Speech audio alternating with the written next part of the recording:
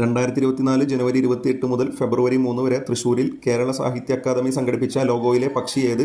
മലമുഴക്കി വേഴാമ്പൽ. ലോകത്ത് കറുത്ത പുഷ്പങ്ങൾ വിരിയുന്ന രാജ്യം തുർക്കി. 2024 പത്മശ്രീ നേടിയ കേരളീയനായ നെൽകർഷകൻ സത്യനാരായണ ബലേരി. കവുങ്ങിൻ പാളകൾ കൊണ്ട് തെയ്യങ്ങൾ ഉണ്ടാക്കുന്ന തെക്കൻ കേരളത്തിലെ പടയണി ഗ്രാമം ഇലന്തൂർ. ഇന്ത്യയുടെ ദേശീയ പൈതൃക മൃഗം ആന. 2010 മുതൽ ഹാത്തി മേരെ സാത്തി എന്ന പദ്ധതിയിലൂടെയാണ് ആനയെ ഇന്ത്യയുടെ ദേശീയ പൈതൃക മൃഗമായി പ്രഖ്യാപിച്ചത്. കൊമ്പില്ലാത്ത ആണാനയ്ക്ക് പറയുന്ന പേര് മോഴ. മൃഗവൈദ്യത്തിൻ്റെ ചരിത്രം, സ്ഥാനം, ഭാവി എന്നിവ വിശദീകരിക്കുന്ന വെറ്റിനറി സർവകലാശാലയുടെ പുസ്തകം ശാലിഹോത്രിയം. നീലനിറം കാണാൻ കഴിയുന്ന ഒരേ ഒരു പക്ഷി മൂങ്ങ. ക്രിക്കറ്റ് എന്ന പേരിൽ അറിയപ്പെടുന്ന ജീവിയുടെ മലയാളത്തിലുള്ള പേര് ചീവീട്.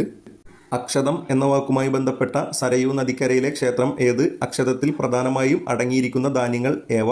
ശ്രീരാമക്ഷേത്രം. അക്ഷതത്തിൽ അടങ്ങിയിരിക്കുന്ന ധാന്യങ്ങൾ അരി, നെല്ല്, പച്ചരി, ഗോതമ്പ്.